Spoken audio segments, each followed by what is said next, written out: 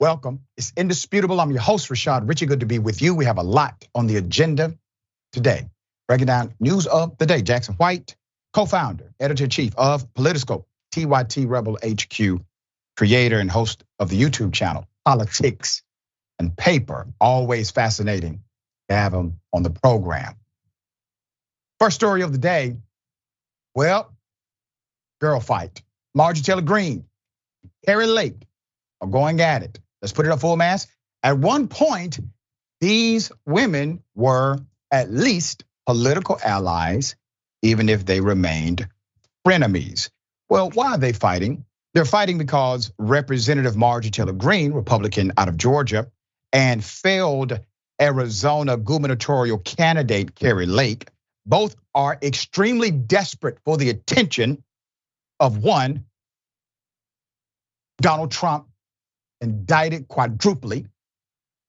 Donald Trump chose them. Donald Trump has not chosen them as a running mate. He has not chosen anyone, but that has not stopped them from sniping at each other in private, according to a hilarious and amazing story in Rolling Stone. Both women actually wish they were the American flag in this photo. There it is. That's a horrible realization. However, sources close to Trump said Trump actually doesn't want any of them. Neither has a real shot, according to insiders, of being his VP pick if he does end up being the Republican nominee. But has anyone considered that Trump is possibly lying to them both? You know, like he does to everybody else. There's more. All right, Greene and Lake may present an image of calm unity in public, but behind the scenes, the two view one another with intense distrust and disdain, each seeing the other as direct competition for Trump's political affections. Per the report, tensions are extra high in the Veep stakes because the women have similar ideologies to the campaign. They're both competing in the very narrow lane of election denying, shameless Trump diehard who has emerged as a conspiracy theory slinging star among the conservative base. One source called it a death race. And both have been kissing Trump's ass as of late, with Greene comparing Trump to Jesus and Nelson Mandela. In an interview with her boyfriend and Lake, threatening violence from fellow NRA members if Trump goes to prison for any of his many crimes, sources have been chattering that Lake wants to be VP and noted that she basically moved into Mar-a-Lago this summer. Rolling Stone reports that Greene has been trash talking Lake to the MAGA elite and conservative media circles. Greene, who has blamed wildfires on Jewish space lasers, even had the gall to say Lake isn't serious enough to be a VP. Greene has also privately called Lake a grifter and scammer who is trying to keep riding Trump's coattails because she lost and she's cozying up on the election integrity messaging. Lake has told confidants that she thinks Greene is leaking negative stories about her to the press. You don't say. Meanwhile, some of Trump advisors have been telling reporters that he doesn't like Lake very much, perhaps because she acts too much like him. She's a shameless, ruthless demagogue who wants power and will do whatever she has to do to get it. One advisor told the Daily Beast, two other advisors said Trump thinks Lake is a spotlight hound, and he's annoyed that she's running around saying she should be VP. Isn't that ironic? Trump doesn't like himself. He doesn't like individuals who are a mere reflection of him. Okay, there's more. But in mid-August, Marge openly floated herself. She told the Atlanta Journal-Constitution that she has not decided whether she'll run for Senate because she said, quote, I have a lot of things to think about. Am I going to be part of President Trump's cabinet if he wins? Is it possible that I'll be VP? Question mark. Even if Trump doesn't care for their thirst, he probably wouldn't choose them anyway. Sources said he's talked about the pros and cons of both women.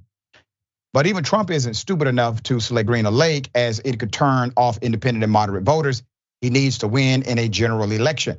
Trump does appear to be considering a female running mate, though, with other contenders reportedly, including 2024 presidential candidate Nikki Haley.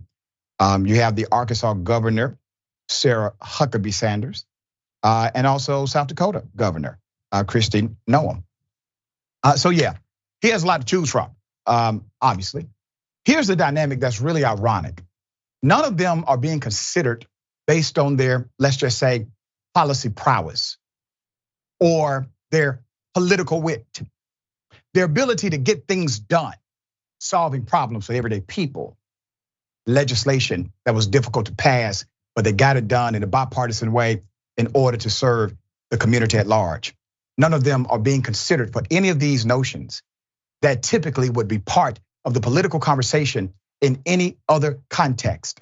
But the highest elected office of the land has dismissed all policy platform discussion, and it is now interchangeable with personality and gender and nothing else. All right, Jackson, thoughts here?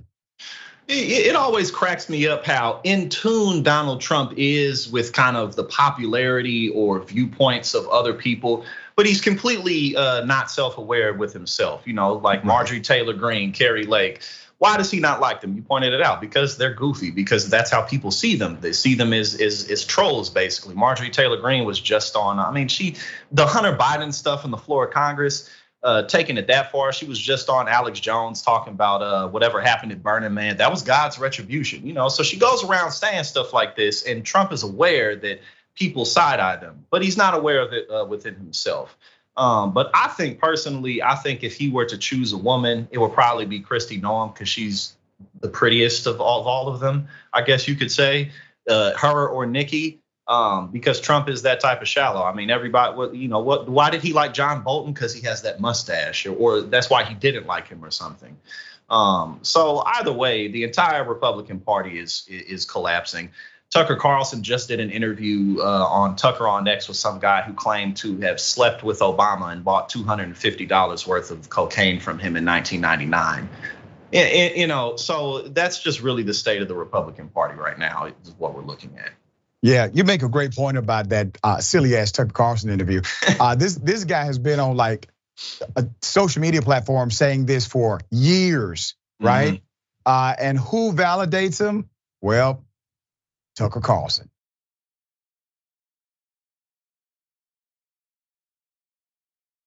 A cop decides to go speed racing, puts a lot of people in danger. One person flees the scene. The cop tries to explain, hey guy, I'm just trying to impress my lady friend here. Here it is. Oh, don't! I got one fleeing.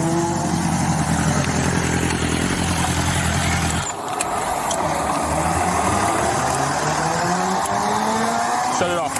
You good? Put it in neutral. Who's that? I don't know him. Pull the key out.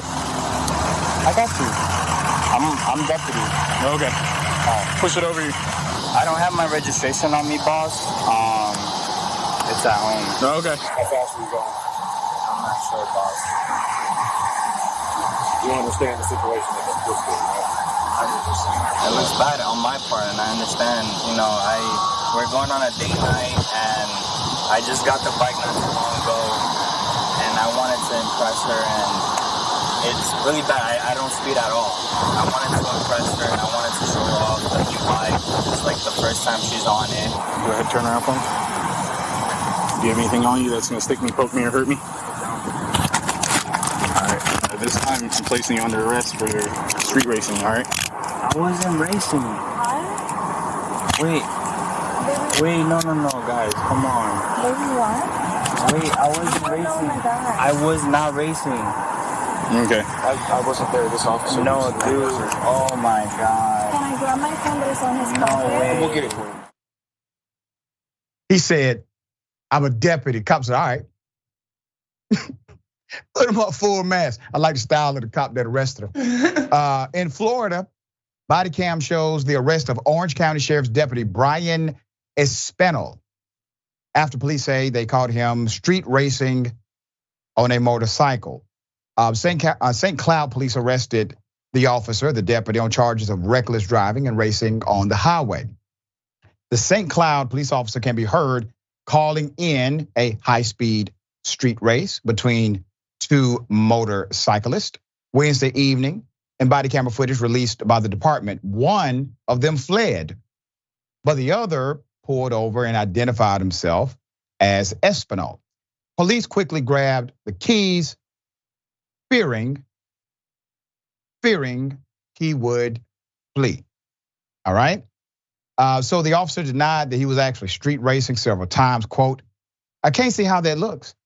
And it wasn't like that, he said in the body cam video. Police told the officer, the deputy, that he ran at least one red light, conducted several illegal and unsafe lane changes, and hit speeds just under 100 miles per hour, more than double the speed required or allowed in the area. The deputy said he wanted to impress his girlfriend.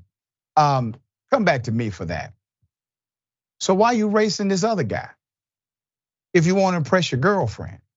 Because I promise you, sir, when you got arrested by the police and you the police yourself, it's not gonna go well for you in the conversations between her and her girlfriend, sir. There's nothing impressive about that. There's more. We are going on a date night, he proclaimed, he said. And I just got the bike not too long ago. I wanted to impress her. And it's really bad. I don't speed at all. And then he admitted he didn't know who the second motorcyclist was, and they simply met at an intersection before, investigators allege, they decided to race. Since his arrest, the officer or the deputy has been relieved of all law enforcement duties and reassigned to administrative duties while the investigation continues. A release from the sheriff's office shows the deputy was hired in September 2019 and worked in the Uniform Patrol Division. The Uniform Patrol Division. Let's put his picture up one more time.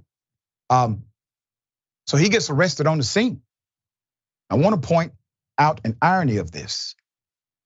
You know, if he would have just shot an unarmed black person, he could have went home.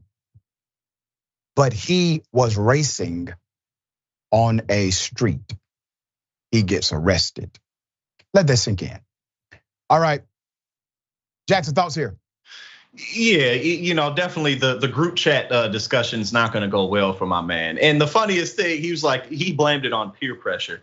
Right. Like, first and foremost, he shouldn't have done it, and he wouldn't have been in that position because I'm sure she wasn't that impressed that he was going over 100 miles an hour. She was probably a bit more nervous than she was impressed. I guess, there's a lot of adrenaline junkies out here, but I don't know about that. You know what I mean? But then he blamed it on her, like, it's because of her, man. I wouldn't have done this unless she was on the bike, which also makes you look horrible to her, and she's going to be talking about that in the group chat. But I mean, this guy shouldn't be allowed to be back on the force, period. Because if he can crack this easily just because he wants to look good, then what else may he potentially do because he wants to uphold his authority or because he feels a certain type of way? So I think he should not be allowed to join the force again. And that is the part that actually makes this a serious dilemma. Because you're right, there's a connection between his inability to be mature about a situation and the level of maturity required to be a man who has a gun and a license to kill, right? We got more on the other side. It's indisputable, stick and stay.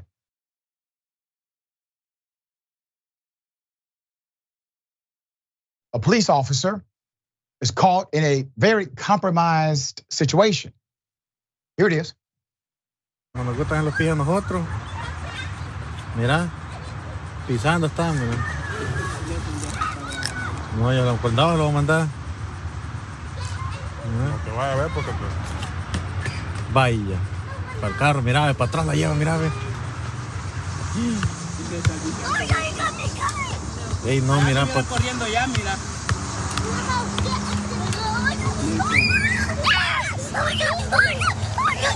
Ey, yo. Quítate, maje, ¿verdad? Quítate, Ale. Ey, yo.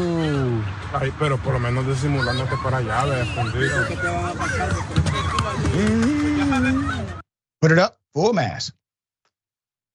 The gentleman who recorded this has done that local community, and by extension, all of us, a hell of a public service. This police officer caught in this situation was doing so at a park with children. According to the video, he hugs and touches his female companion. They go in the back seat of the cruiser. This is in Maryland. Prince George's police officer Francesco Marlette has been suspended after social media went viral of him kissing a woman before they went into the backseat of his patrol car. After becoming aware of the video, the police department posted this statement, and it reads, PGPD Executive Command is aware of a video circulating on social media with one of our officers. As soon as we became aware earlier today, we opened an investigation to determine the circumstances. Additional information will be released once investigated and confirmed. So we do have that additional information, but let me say this before I get into it. The police department refused to release the name of the individual under actual investigation. I want you to think about this. Police department, sometimes the chief will come out, hold a press conference and tell you exactly who's under investigation. He wants you to know how he feels, how his department feels about a particular person or group of people. Names are not withheld. But when it comes to a police officer who should be held to a higher standard of accountability, let's hide the name. Well, we got the name now. All right, so details of the incident. Nelson O, who declined to give his last name because he feared retaliation, said he filmed the video of the encounter that was shared on a relative's TikTok account.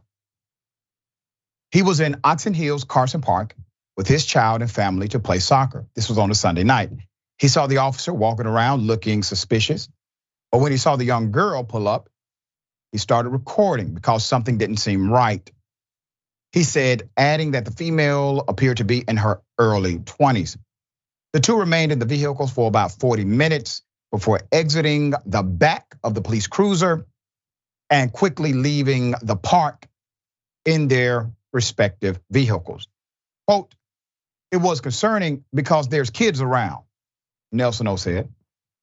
It just seemed off because this is the person that you're supposed to call for suspicious activity, doing the suspicious activity, 7 News also discovered a second video circulating online involving the same police vehicle. This time, the PGPD cruiser was parked at a different park.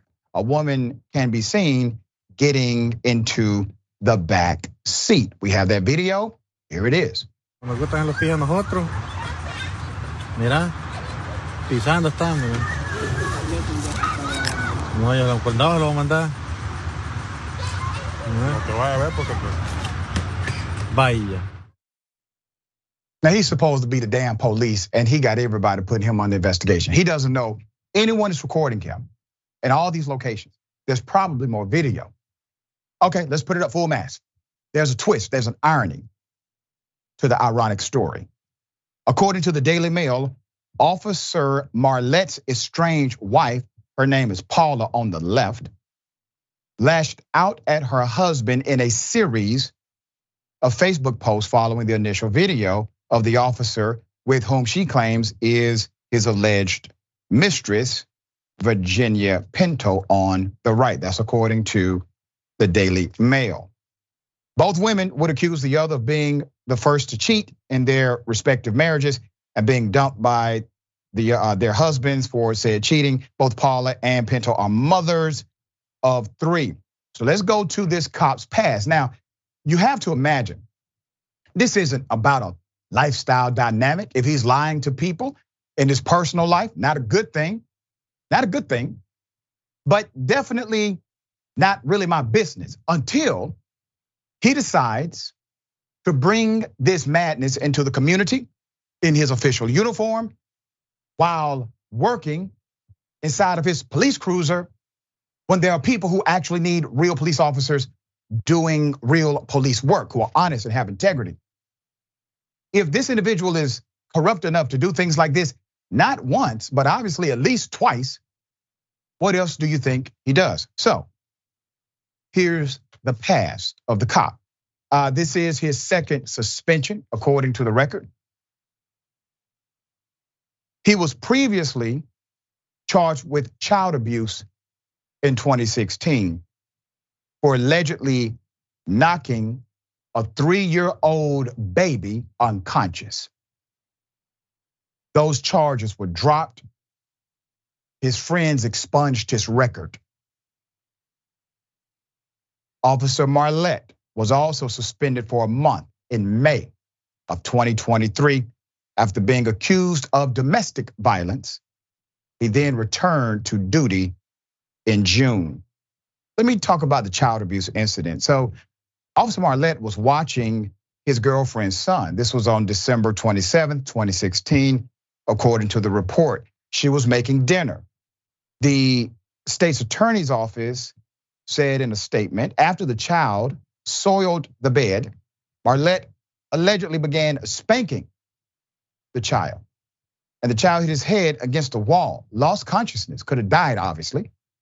When the boy's mother came into the room to see what was happening, the child was unconscious, and Officer Marlette was performing CPR. That's according to the official statement.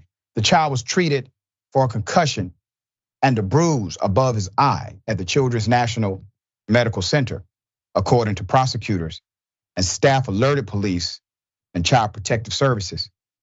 Let's put his picture up again, put this dynamic of it. It's interesting, isn't it?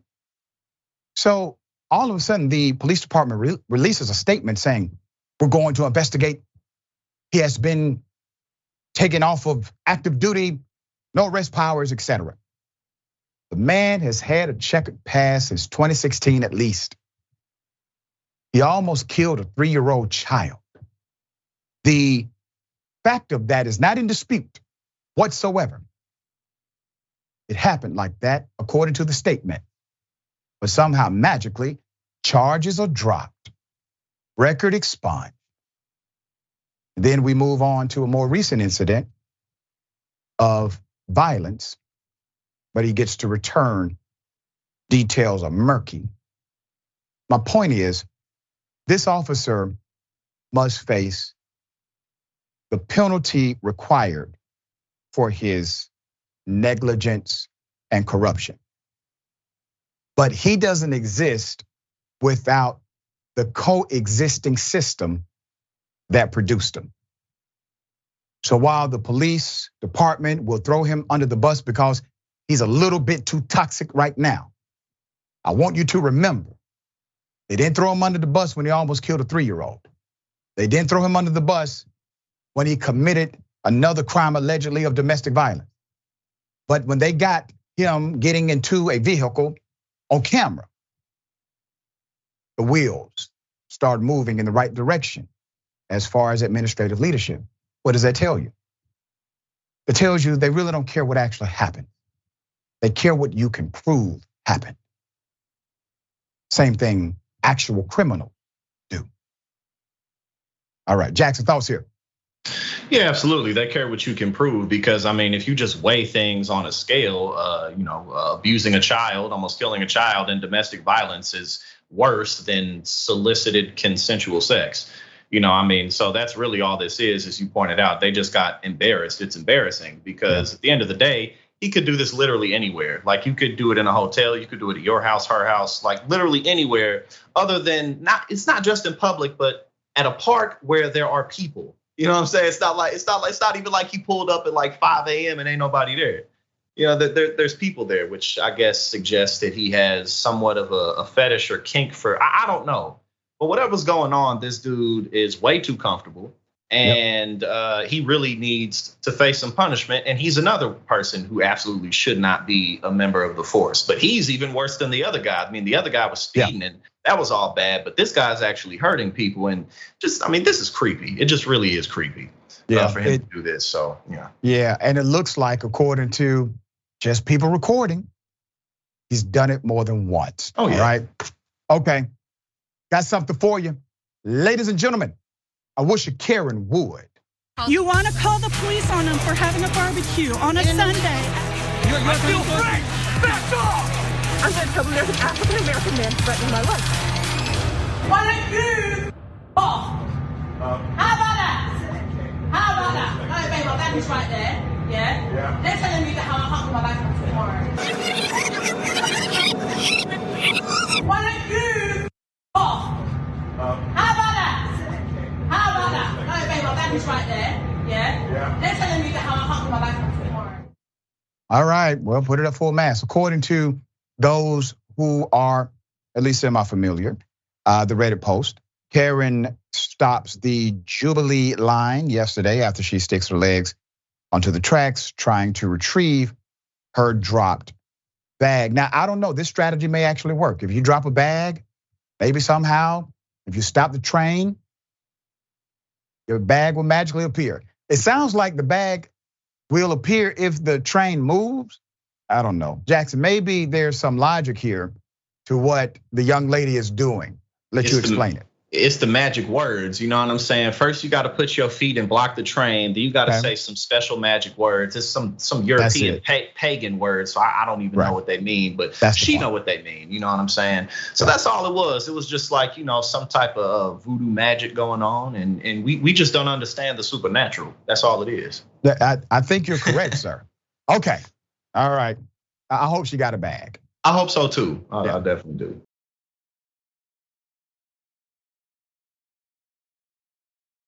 An indisputable exclusive.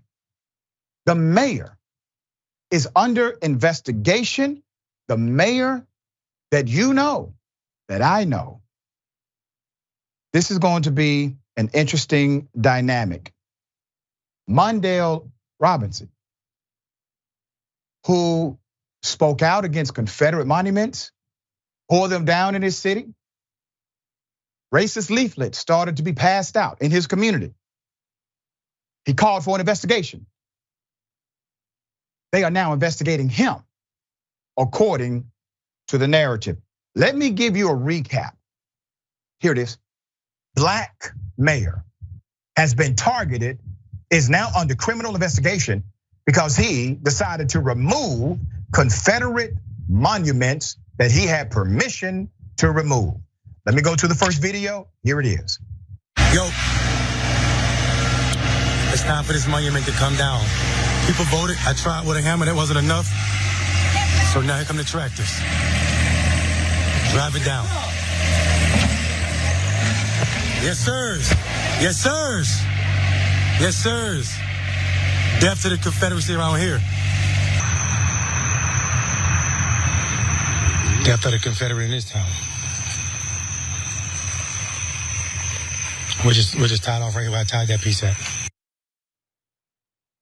All right, let's put his picture up, full mass. He's the mayor of Enfield, a remarkable take action leader. Comes on indisputable as one of my trusted allies on this program. We have an update that's going to rock you. That criminal investigation back then against Mayor Mondale Robinson was dropped with no charges. Now, I want to remind you, let's keep his picture up. I want to remind everyone, this was during a time when they were passing laws to mandate local communities, in particular, local communities of color, that they could not touch these white supremacist monuments. What did he do? He personally tore them down. We applaud him for that action. Those charges were dropped. But now, according to the mayor, The SBI was at his mother's house to investigate him.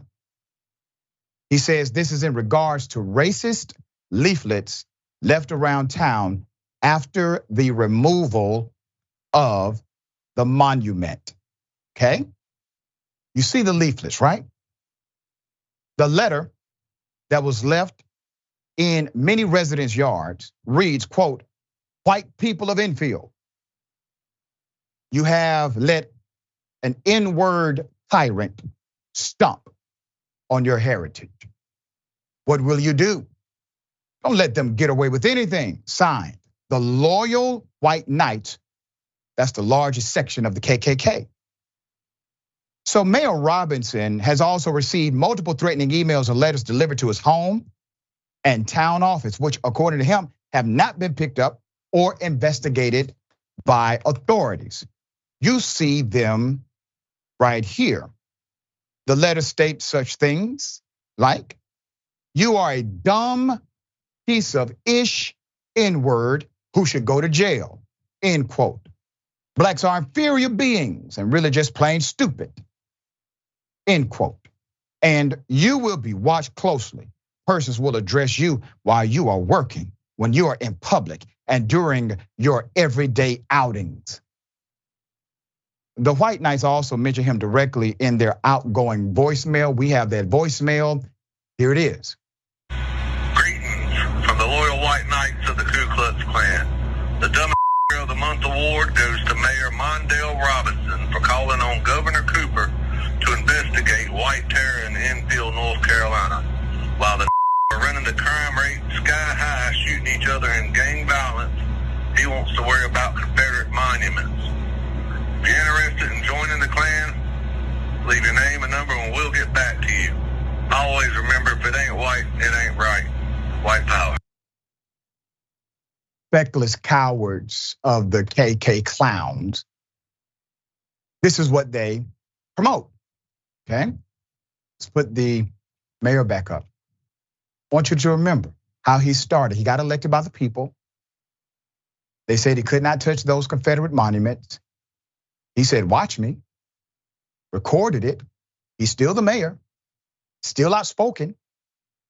Racist leaflets all around communities where he is the mayor. He calls for an investigation. And according to him, he is now being investigated himself for putting out the leaflets against himself, which is insane.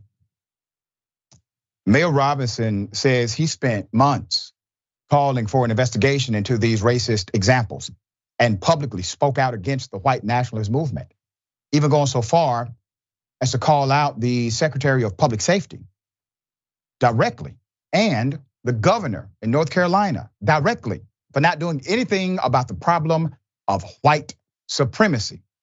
So shortly after challenging these positions, according to Mayor Robinson, quote, the SBI showed up at my parents' house and said they are investigating me and my younger sister for the racist letters that were thrown in Enfield's residents' yards.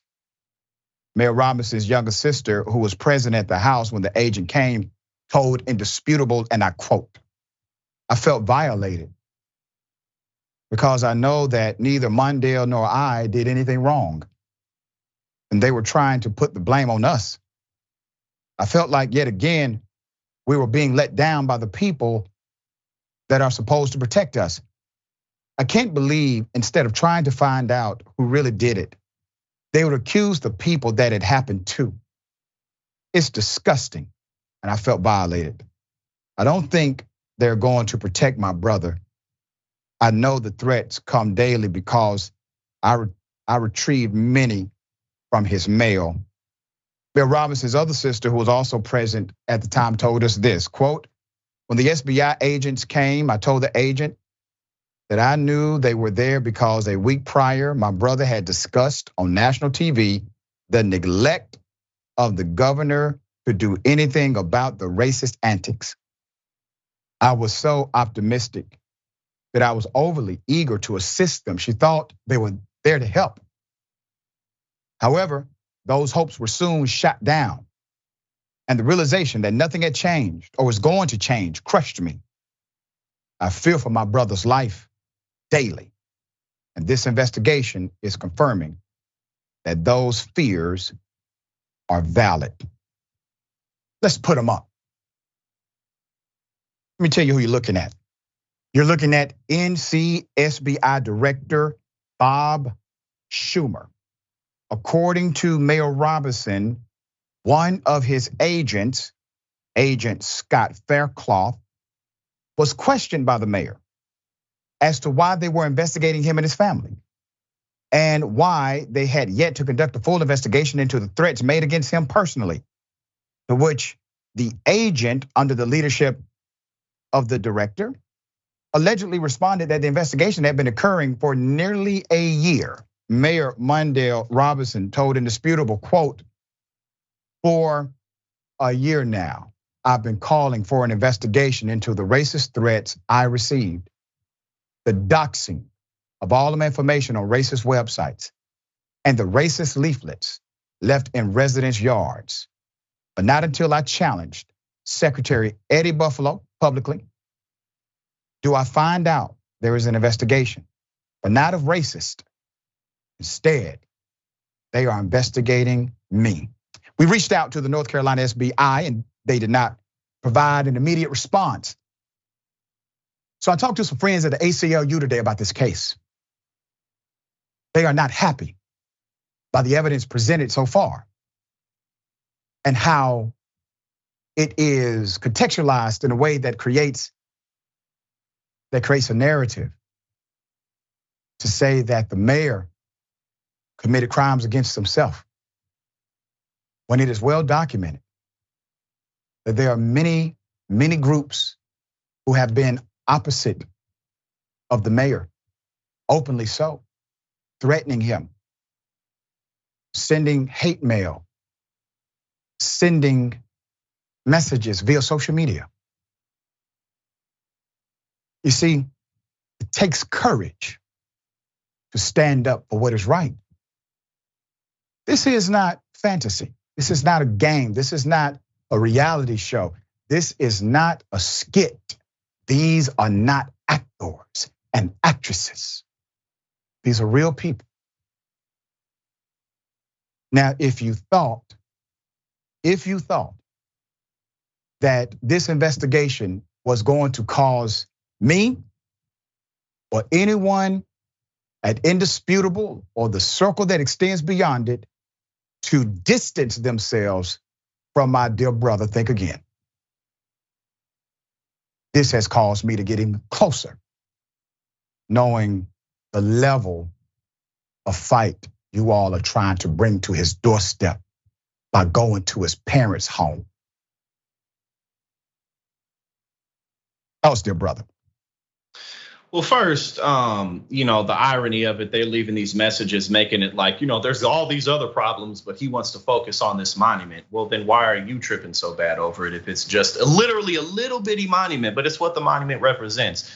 I growing up and even up until recently, like my parents are older. I'm 31, my dad's 72, my mom's 68. So, I grew up with a lot of experience from them. And one of the things that never really made sense to me that he would say all the time is the lost cause still being alive, and how so much of what we see in society is just a continuance of the lost cause. Because in reality, they say the quiet part out loud all the time. We're losing our country. It's becoming too brown, too Latino, too gay. There's too many trans people who are openly accepting of themselves. And political forces literally see the end of the Civil War as a wrong turn that the country took. And ever since the end of the Civil War, which was over slavery, a way of life of slavery, it wasn't, it's just, the technology was changing. No, if people were willing to go to war so that they could own human beings, that's still alive and well today. That's why we're looking at what's happening with Donald Trump. He's a game show host, he's a clown. All of his fans know that he's guilty of X, Y, and Z, but what does he represent? He represents a barrier from the country becoming more brown, more gay, more trans, more openly accepting. And so despite the fact that the Civil War ended over 100 years ago, it's still alive and well. The Civil War metaphorically never really ended, because at the end of the day, the United States is stolen land built through slave labor. That's what this place is. So the fight is still alive. The fight is still alive. And the irony is this: the people proclaiming that this is all about freedoms are literally the ones who are limiting and restricting the freedom of everyday people. All right, we got more on the other side. It's indisputable, stick and stay.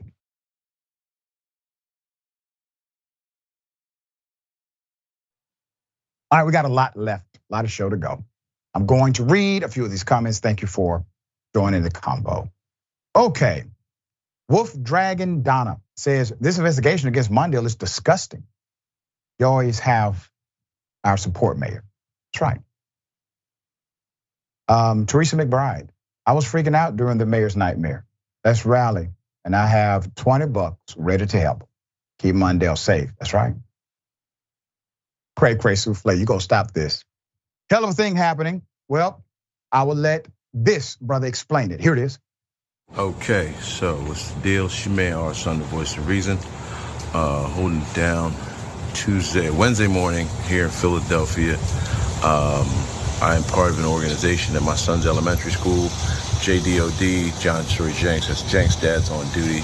We hold it down every morning, making sure the kids get in school safely, maintaining traffic, so on and so forth.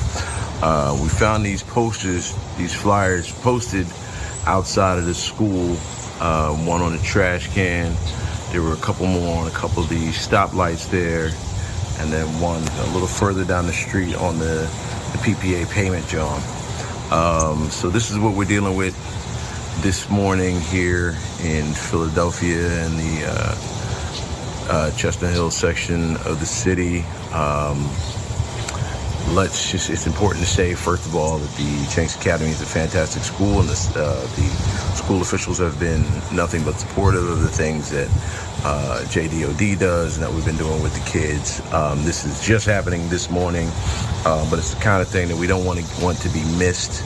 We want to make sure that all the parents that have children there are aware that this is going on, and that all the appropriate measures are being taken. If anybody's got questions, hit me up.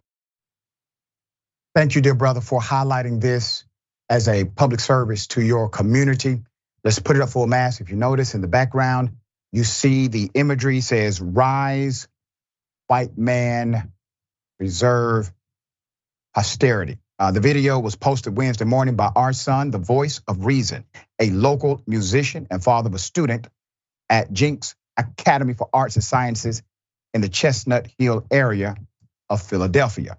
The presence of these flyers near the school should not be a surprise given the student population of the academy is over 80% Black. This is an intimidation tactic. Now, who are the Jenks dads on duty? It's a local group of men promoting safety at the Chestnut Hill School. They're doing their part to help keep students safe. The group is made up of grandfathers, fathers, brothers of students at the Academy of Arts and Sciences. The men do everything from directing traffic to assisting parents as they escort their children to and from school grounds. Let's put it up. This year and last year has seen a rise in white supremacist propaganda around that same area. Back in February of this year, a local resident named Marilyn Kraut returned home one Thursday afternoon to notice a baggie containing 2 flyers on the front steps. The one flyer read, quote, "Our children pay the price for our inaction, stand up, white man." The other flyer was an ad for a white supremacist propaganda film entitled Europa, The Last Battle. When I read that, I knew it was some white supremacist thing, said Kraut. A Cheltenham resident, Kraut, who is Jewish, said she grew up in a prejudiced environment in Jacksonville, Florida. So she wasn't surprised by the literature. Her husband, David, who grew up in Philadelphia and was a Holocaust and has Holocaust survivors in his family, had the opposite reaction. I was shocked, he said. It's not something I'm used to. All right. So while the crowd said they were the only ones on their block to receive the flyers, then Springfield Township Board Commissioner Eddie Graham, in the picture, said residents in the neighborhoods of Glenside, Flourtown, and Windmore also reported seeing the flyers on their properties. Graham, however, told the local police that police leadership told him in private meetings that they do not believe the circulated literature rises to the level of a crime. Graham said he does not agree because he views the flyers as an act of racial intimidation. And here's another dynamic worth mentioning. In addition to it being racial intimidation, it's a community nuisance. That's an ordinance violation. It also, as an intimidating factor based on race, well, that's a federal violation. And if it is related to anyone who lives in a home, well, now you have a federal housing issue that takes the authority to the federal government. It allows for the federal government to have jurisdiction. And in order to get the flyer affixed to the property, they have to commit criminal trespass to do so. So I'm no police officer, but damn it, I could have found at least 2 or 3 avenues to deem this behavior to be criminal in nature. Let's put it up. It is worth noting, in March, Graham unfortunately resigned after a year of trying to get a local police organization to not use the Blue Lives Matter flag as its logo. Graham, the first and only black commissioner and the first black president of the Springfield Township Board of Commissioners, said he wanted to give a voice to black residents and work on issues that bring equity and unity to the community when he was elected 8 years ago. Instead, he said he was met with hate and humiliation. They're not taking it seriously, some say. I say they are. The police are taking it seriously, so seriously that they're willing to engage in systemic cover-up, bias, policing, in order to not prosecute, not arrest, not truly investigate what is in front of them. These are intentional actions. It looks like neglect, but it is very much so directed action to serve an agenda. Unfortunately, it doesn't seem that they are working for the people that pay the taxes there. All right, we're gonna follow up on this story. Jackson, what are your thoughts?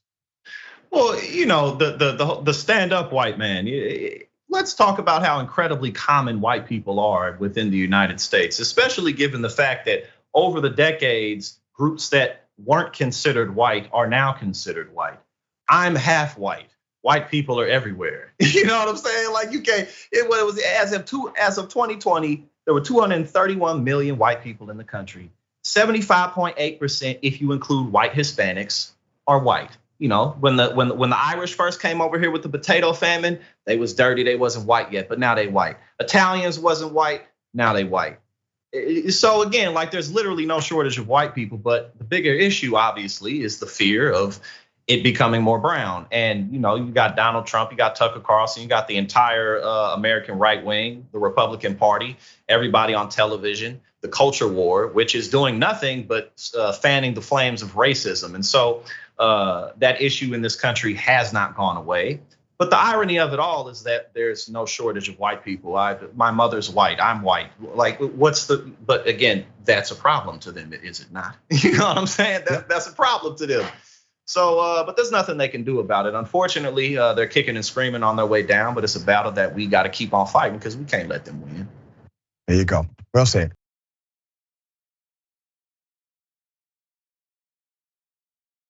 Police chief has been charged with stealing money and stealing drugs. Put him up full mask. Hell of a thing.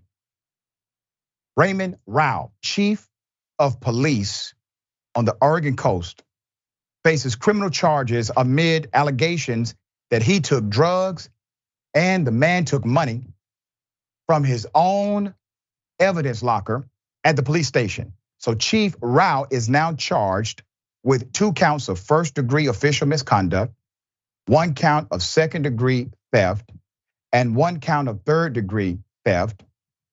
And all of the charges are misdemeanors. Now, let me just say this.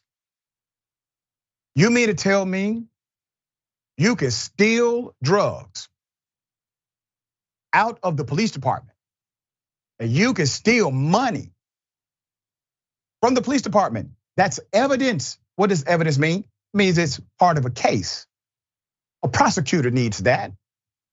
A defense needs to analyze that. It's germane to the process of criminal indictment. It's called due process. You weigh the evidence. So you can go into a police department, steal it, and get charged with misdemeanors. Well, damn. I guarantee you, if he was not the chief, those charges would read quite different, already starting on the wrong foot. Rao is now charged with taking a controlled substance from the Tillamook Department's evidence locker. According to them, he did it on 2 occasions, it could be more, between October 1st, 2021 and April 8th, 2023. So he's accused of taking at least $100 in cash belonging to someone between October 1st, 2021 and May 8th, 2023. The Tillamook Herald leader broke the story, reporting the Oregon State Police began an investigation in May after an audit of the police department's property room revealed that evidence had been tampered with or removed in more than how many cases? 80. And more than 80 cases dating back to 2005, with the vast majority of those incidents occurring in 2001. So why is he only charged with 2? Who stole the rest of it? Who violated the chain of command for all of it? Why did it uptick in 2021?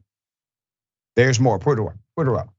DA, District Attorney Aubrey Olson, told KOIN6 that she is in the process of analyzing each case and determining the appropriate course of action. She has already dismissed 2 cases and even vacated 4 convictions of people in jail or in prison. Why? Because you have disrupted the chain of command, officer.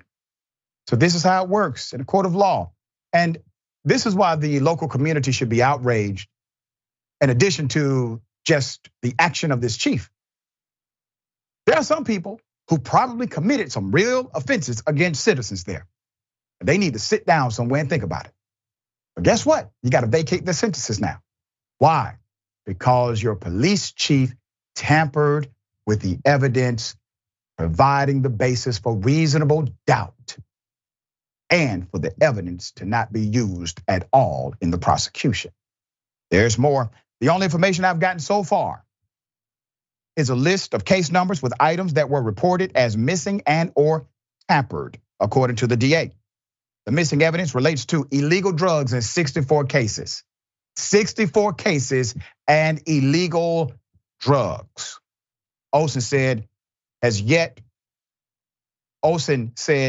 to find who is responsible, but she's a little terrified to find out. Ma'am, don't be scared. You ran for this. You wanted this job. According to the Tillamook Headlight Herald, Rao has been on leave from the department since May. City officials did not respond immediately Thursday to request for comment. The man isn't even charged with violating his oath of office. He's not charged with any felony. He's not charged with submitting a false report. He's not charged with the proper charges based on the evidence in the audit. There should be at least 80 charges shared between maybe multiple individuals, perhaps. But misdemeanors for going into an evidence locker and stealing? And then look at the narrative, ladies and gentlemen. Well, he stole at least $100. That's it. You did an audit, which means you know how much was in there. You know why? Because in order for it to make it into the evidence locker, there's a roster that describes each item, including how much cash and the weight and substance and chemical makeup of the drug. They know exactly how much money he stole, and they know exactly how many ounces or pounds of dope he stole too. Jackson, thoughts? I just really think about how easy it is for this type of corruption to just spread and take over entire police municipalities and entire police precincts, because if one person's in on it and just one other person lets it get away, that quickly can domino effect into everybody just looking out for each other, which basically is the brotherhood. It is the culture of the police department. And unless there's really, really hard rule changes to where everything has to be counted, and everything has to be audited federally in some type of way, then it's too easy to do this, especially for officers. Oh, I've been here for 20 years. Oh, everybody here has been here for 15, 10, 30 years, whatever that may be. I mean, you're literally dealing with a system of just people. There's no real checks and balances. I mean, if there's nobody stopping you from doing something, I don't care how good you are, that's gonna corrupt you a little bit. And that's the biggest problem with the police, with the law enforcement system in this country, is it just lets people do what they feel like doing. So we will have an update to the story, guaranteed. We'll bring it as it comes. We got more on the other side. It's indisputable. Stick and stay.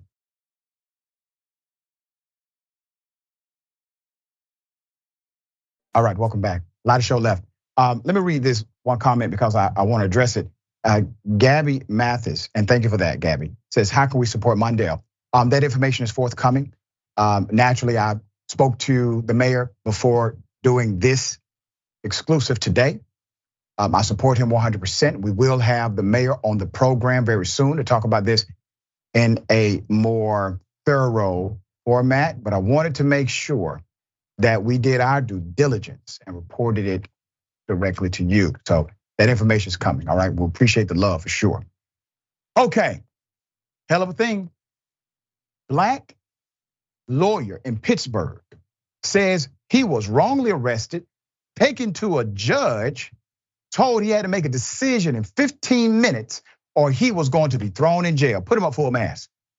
This is one of those, what the hell happened? Walter Bernard, a Pittsburgh-based lawyer, says he was removed from his residence, wrongly arrested in connection to a civil case, not criminal, a civil case, and escorted to a courtroom where his freedom was threatened by a judge.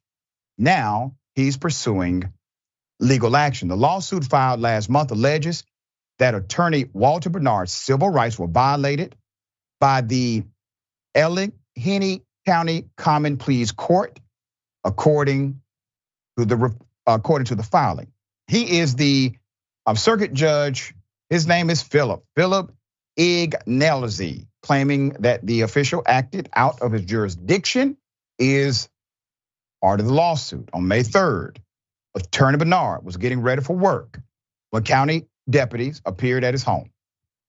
He shares the home with his brother, Winton Bernard, and arrested him in front of his neighbors, according to a legal complaint.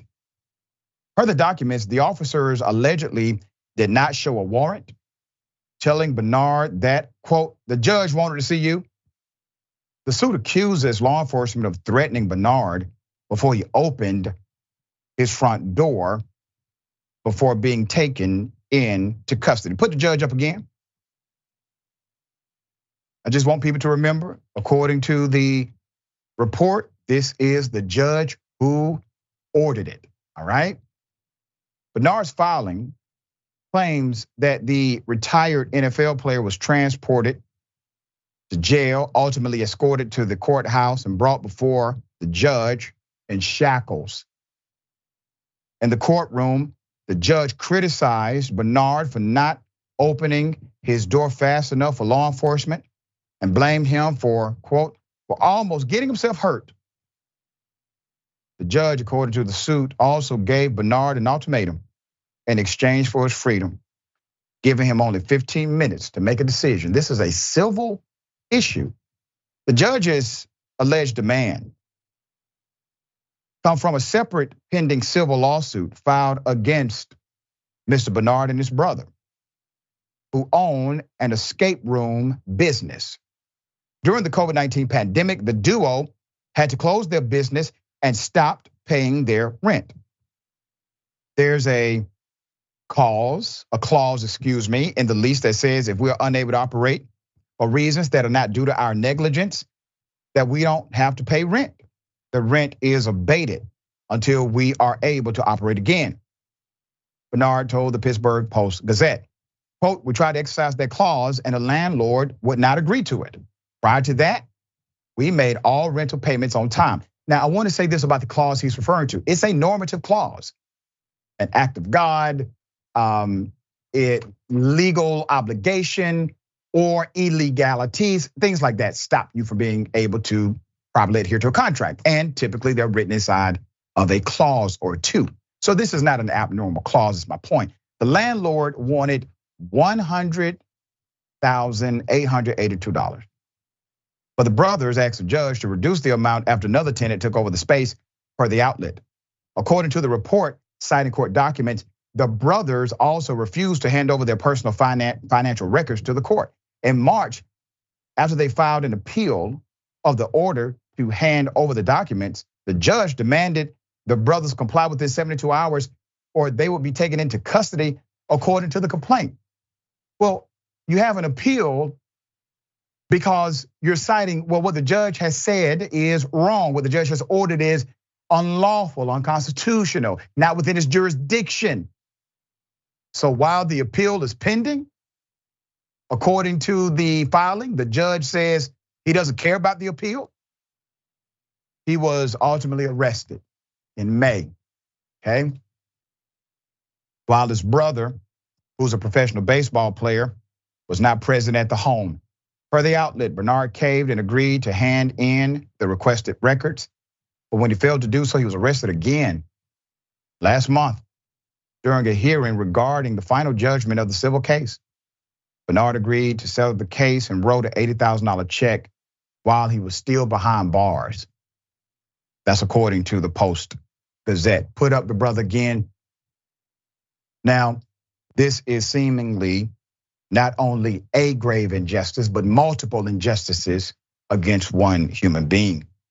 We're bringing light to this story because we want justice to reign supreme. I guarantee you there will be an update. Jackson, thoughts here? I mean, it just seemed like the judge threw a temper tantrum, basically. Like he couldn't have his way in some type of regard, so he just went on ahead and no questions asked, had this guy arrested, and continued to put his foot down at every opportunity that he had to, take his foot off the gas a little bit. And too often we see law enforcement do this. And, people in various positions of authority, sometimes you need to reverse course or admit that you were wrong. But instead, oftentimes people just, no, we're gonna triple down on it. But that's all this was, a very extremely grown man throwing a temper tantrum and playing with people's lives as a result. Yeah, I mean, and the audacity to do it to an attorney.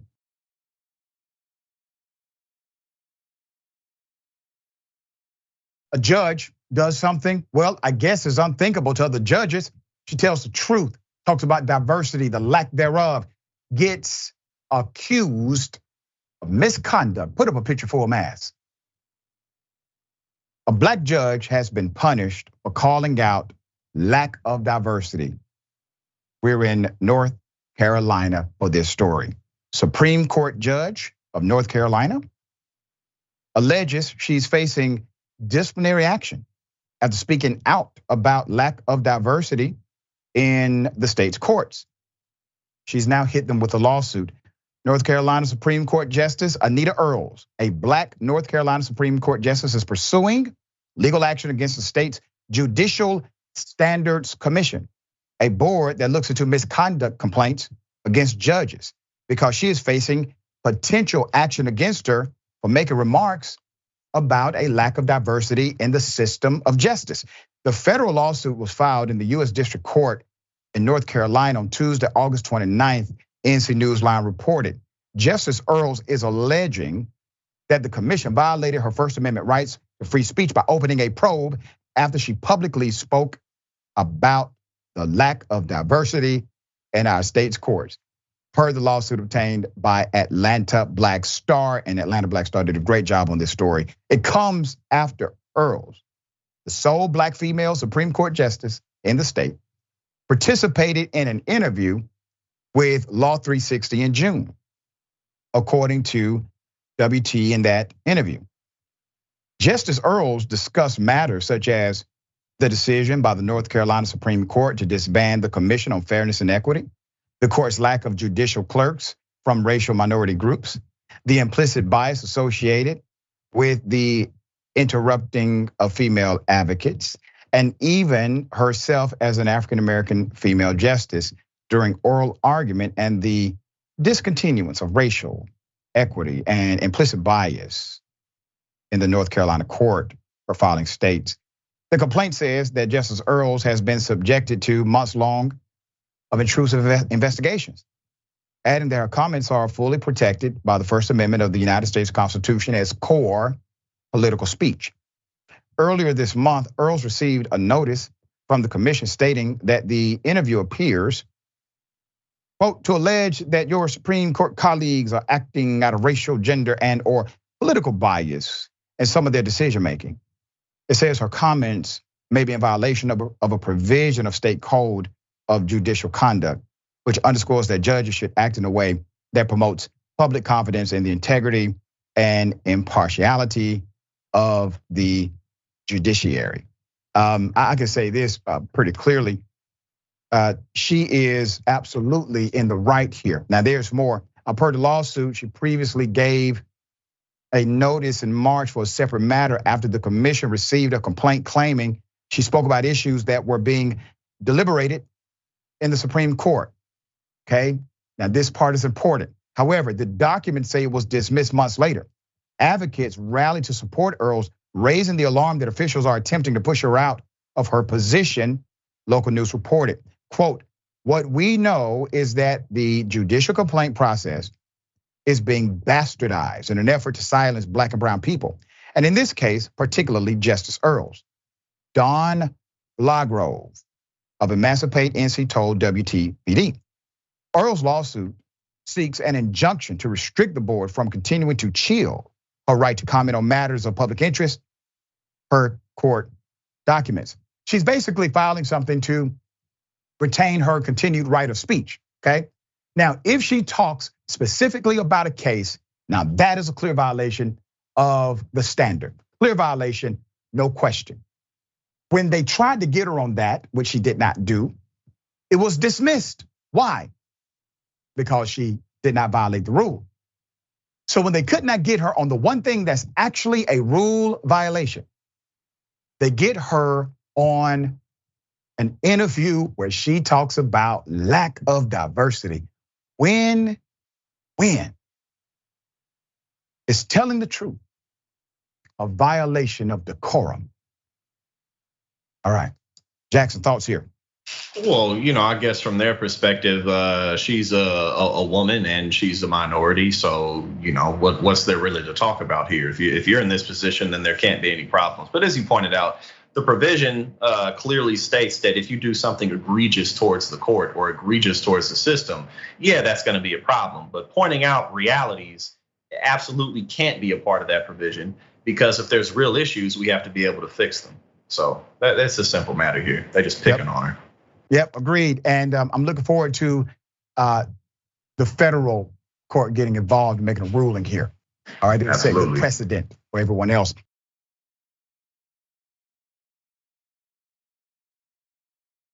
I need more information though, all right? Hear his plea. My name is John Simmons. I moved here 22 years ago. None of this over here was here. This was an isolated place. Nothing was here. And I worked hard. I took a wheelbarrow. It took me a year to clean this land up. And the city would not let me put a brick home here. They said I could only put a double wide. First, they told me I couldn't put nothing here because I tore the old trailer home down that my father-in-law had. Now, I had a lawyer. He charged me $10,000 to get me to get on this land. And his name is, I'm trying to think of his name now. It's okay, but now what's happening? But right now, the developer in this area, Trent Thomas, Roundtree Development, and their lawyers is trying to take my land. They asked me to sell.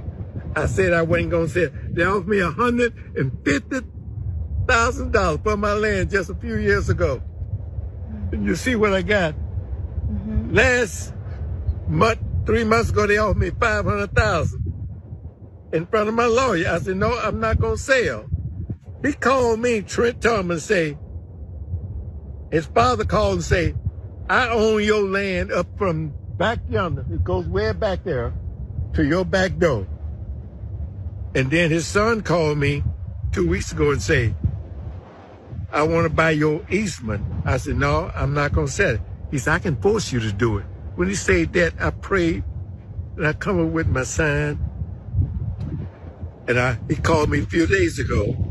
He said, you scandalized my name. I said, no, I'm not scandalizing your name. I said, you scandalized mine. And you say I was the in the way. He said, I didn't say that to your face. I said, but you said it. There's more. He said, well, why don't you buy the land back? I said, I'm not going to buy it back. You ain't got no business being in my land. And so I hired a lawyer at first, Lipsy, at the Universal Tile Company in Bryan, Texas. College State, which one? And come to find out he was the same one that helped them get into my land. So I went back to him and told him, no, you can't be my lawyer. And he told me, I said, what do I owe you? He said, nothing. So I hired another attorney to help me out. And God bless. They still in my land. Still in my land. They still in my land. I don't know how they got into it. I was going to give my nephew a part to build a house. And somebody said, you better do a title check. I said, I went to the record department. I own my land. And when I found out Trent Thomas was in my land, nobody told me how he got in it or nothing, but he's in my land and he's trying to force me out. They told me if I didn't sell, they're going to buy this on the other side. They're going to squeeze me in and I was going to lose value. And so, I'm 81 years old and this is all I have. And I prayed and asked God to bless me with this land. Now the enemy is trying to take it away. Put up this picture. Not on our watch, dear brother. Not on our watch. He's 81 years old in the state of Texas. According to the video, this occurred in College State, Texas. I don't have a lot of information other than this video. If anyone knows him or the individual who did the video, young lady, very sweet young lady, you've done a great service, madam. Please make sure they email us at indisputable at tyt.com, indisputable at tyt.com. I want to address the accusations that Mr. Simmons has made in a thoughtful and methodical way so that he can receive the peace that he deserves. Jackson. Yeah, 100%. Anybody who has any information about that, send it in, please, because, like you said, that's all he has. And even though these developers could just go somewhere else, they see him as a victim and a mark, so they're going to keep on bullying him. So I'm glad that you were able to pick this up. And again, reiterate what you said. Anybody, please send information in so we can help them. There you go. My dear brother, always a pleasure, my friend, having you on the program. Tell people how they can follow you, check out your great work. Absolutely. Always a pleasure to be here with you as well. You can check me out at youtube.com/@politicsandpaper. I got daily live streams, 3 shows a week, and I got the membership programs coming out in about a week or 2. So we're moving on up. We're doing big things. Check me out at Politics and Paper on YouTube. Proud of you, brother. Very proud of you, man. Thank you. All right. Remember, take care of yourself, take care of each other, take care of the planet. Remember, the truth is always indisputable.